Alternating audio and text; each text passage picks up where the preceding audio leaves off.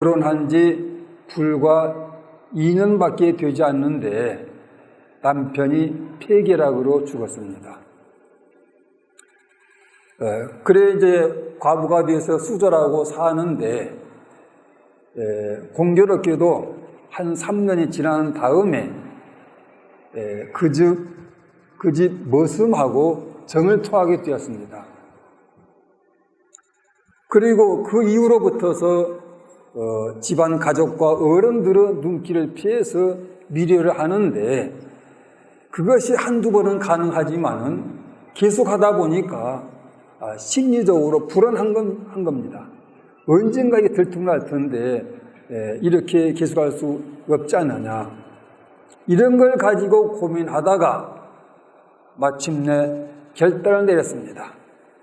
그 머슴하고 야반 도주를 하자.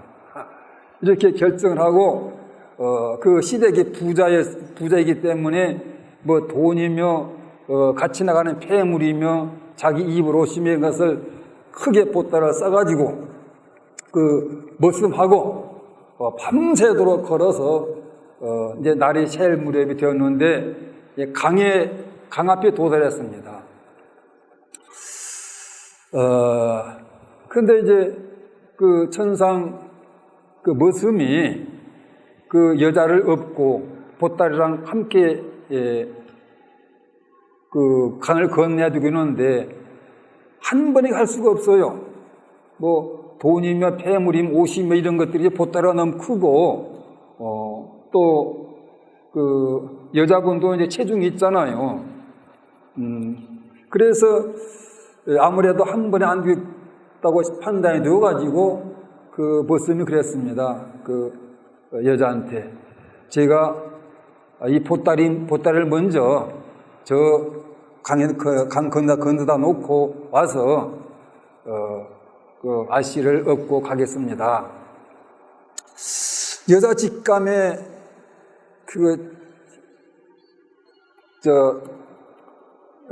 좀 안 좋아요. 그렇지만 이 방법이 없잖아요. 할 수 없어요. 그 방법밖에.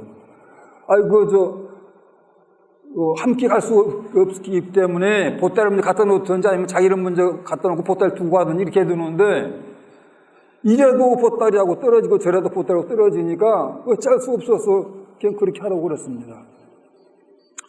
그리고 이제 보따리 주면서 이제 마음이 불안하고 그러니까 한마디 못을 박았죠. 야, 상수야, 너희 보따리 들고 강 건너가면서 딴 생각하게 되면 지옥 가는 거 알지? 그렇게 이제 못을 박아놓으니까 이제 알았다고 하는 듯이 고개를 꾸벅 하고 나서 보따리를 들러매고 첨벙첨벙 이제 강을 건너갔습니다. 그 머슴이 자기에서 거리가 멀어질수록 이 여자는 마음이 더 불안한 거예요. 불안해서 가만히 있을 수 없으니까 막 자꾸 큰 소리로 상수야, 너 보따리 가져가면서 딴 생각하면 지옥 가는 거 알지? 뭐 그걸 자꾸 반복해서 막 큰 소리로 하는 거예요. 그러더니 야속하게도 그 머슴은 강을 건넌 다음에 뒤도 돌아보지 않고 가버렸습니다. 그런데 그 머슴이 뒤도 돌아보지도 않고 보따리를 둘러매고 가면서 제기라 지옥이 있긴 어디가 있어. 그리고 돈보따리를 들고 내가 왜 하필이면 지옥을 가. 어림도 없지 하면서 그냥 가버린 거예요. 자기를 속이는 사람들은 대부분 그렇습니다. 그러니까 자기를 속이는 사람들은 어떤 부류냐? 이 범죄를 하는 사람들이요. 이른바 성폭행을 일삼는 사람이라든가, 사기를 치는 사람들이라든가, 뭐 살인 강도를 하는 사람들이라든가, 이런 사람들은 그런 것을 부정합니다. 그리고 자기를 속여요. 왜 그러냐면은, 그래, 인과의 진리 같은 것을 인정하게 되면은, 그걸 할 수가 없어요. 또 하고 나서, 심리적으로 어떤 두려움 때문에 살 수가 없어요. 그러니까 의도적으로, 지옥이 있긴 뭐가 있어. 이런 거 한다고 해서 벌 받기는 무슨 벌 받아. 하면서 자꾸 이렇게 자기 속이는 것입니다.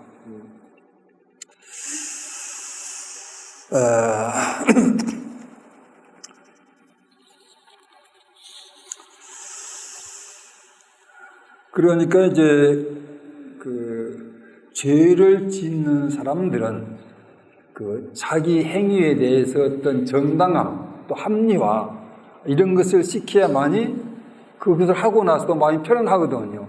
그런 것 때문에 지옥도 없다고 부정해버리면서 자기를 속이고 그런 짓을 벌 받을 짓이다 또 무슨 지옥 갈 짓이다 이런 것도 아니라고 자꾸 부정하면서 자기를 속이는 것입니다.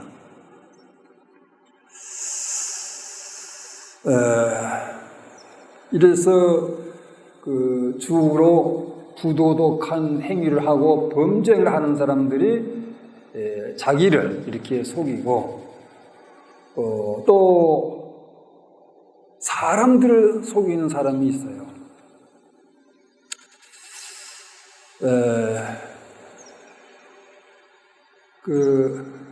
사람들을 속이는 사람들은 다 나름대로 자기 처지와 입장과 어떤 이익이라고 하는 그런 선상에서 속이고 있는데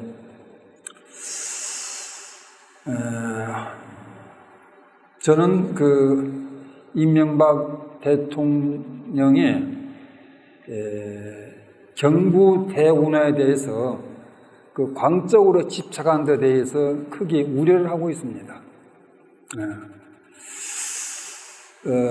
그거에 대해서 집착을 하면서 이제 국민들의 반대가 만만치 않지 않습니까? 그러니까 한때는 안 할 것처럼 슬그머니 이렇게 뒤로 뺐는데 여러분 아시다시피 최근에는 4대강 살리기라고 해서 이제 명목을 바꿔가지고 하고 있습니다. 국민들이 이 경부 대운하를 반대하는 것은 세 가지 이유 때문에 그렇습니다. 하나는 자연 파괴를 가져온다. 또 하나는 경제성이 없다. 그리고 또 하나는 운하라고 하는 것이 한국이 가지고 있는 조건 속에서 필요가 없는 것이다. 이른바 최초의 정부에서는 이제 물류수단으로 운하가 필요하다고 했거든요. 근데 그것은 말도 안 돼요. 지금 하늘로는 항공이 있고 또 육로에서는 고속전철이 있고 고속도로가 있고 그래서 얼마든지 물류에는 장애가 없는 상태가 되어 있는데 그거 운하를 만들어 가지고 한다고 했을 때 그거 의미가 없거든요. 그래서 여러 가지로 학자들이 그런 근거에 의해서 반대를 하고 그런 것이었습니다. 그런데 이제 어떻든 이명박 대통령은 청계천의 재미를 봐가지고 이 물하고 또 지대한 인연을 갖고 싶은 모양이에요. 그래서 이제 4대강에 집착하고 있는데 그것을 4대강 살리기라고 했습니다. 그런데 언론을 통해서 보게 되면은 자꾸 이제 설계 변경을 합니다. 4대강 살기라면 설계 변경을 하는데 설계 변경한 그것이 바로 운하의 기초를 마련한 것이고 또 준설 공사의 규모도 운하를 시작하는 그런 것입니다.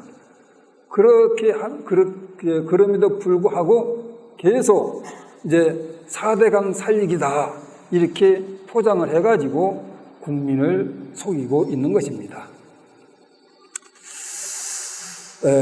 또 하나는 여러분도 아시다시피 지난 7월 22일 날 한나라당에서 소위 미디어법을 날치기로 통과를 했습니다. 그 미디어법이라고 하는 것의 핵심은 조선일보, 동아일보, 중앙일보 이 보수 3대 언론사로 하여금 방송에 진출할 수 있는 그 문을 열어주는 것, 그것이에요. 다른 거 아무것도 없어요.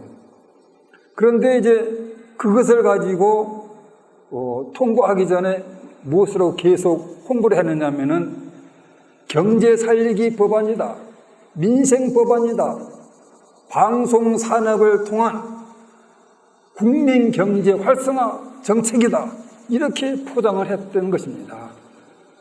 이것도 뭡니까? 그것도 국민들을 속이는 그런 말이었습니다. 조선일보, 동아일보, 중앙일보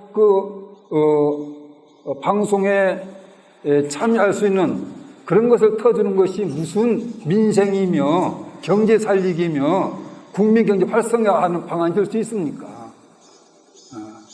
이와 같이 국민을 전적으로 생각하고 국민을 전적으로 위해서 뭔가 정책을 추진하고 결정해야 될 이런 당사자들이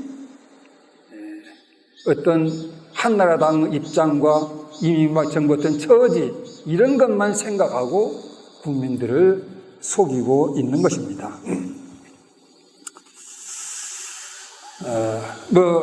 그런 것들을 이제 알기 때문에, 뻔히 알기 때문에 지금 그 조교사 일주문에서도 그 반대 농선하고 있지 않습니까? 저렇게 알고 있는데도 계속 아니라는 거죠. 4대강 살리기다, 대우나 아니다. 그리고 4대강 살리기 정책을 발표해놔서 또 이제 대우나 사업에다 의심해서 자꾸 공격하고 그러니까 내 임기 중에 하지 않겠다, 그런 말을 했습니다. 여러분 한번 생각해 보십시오. 안 하면 안 하는 것이지 임기 중에 안 한다는 거, 임기 끝난다면 한다는 거예요. 뭐 한다는 거예요. 그런 식으로 이 말을 피하고 속이고 있는 것입니다. 이와 같이 사람들은 자신의 처지에 따라서 부처님도 속이고 자신도 속이고 사람들을 속이는 것입니다. 그러나 그런 것은 다 어리석음의 소치인 것입니다. 진실에 대한 부처님의 말씀을 듣고 난 다음에 보녀 동자가 다시 물었습니다. 부처님이시여, 그러면은 진실한 말이란 무엇입니까? 부처님께서 말씀하셨습니다. 말을 많이 하지 않고 말에 속임이 없도록 조심하고 말을 거칠게 하지 않는 것이 바로 진실한 말이다. 이것은 이른바 말의 형식과 말의 내용과 말하는 자세까지를 포함해서 말씀하신 것입니다.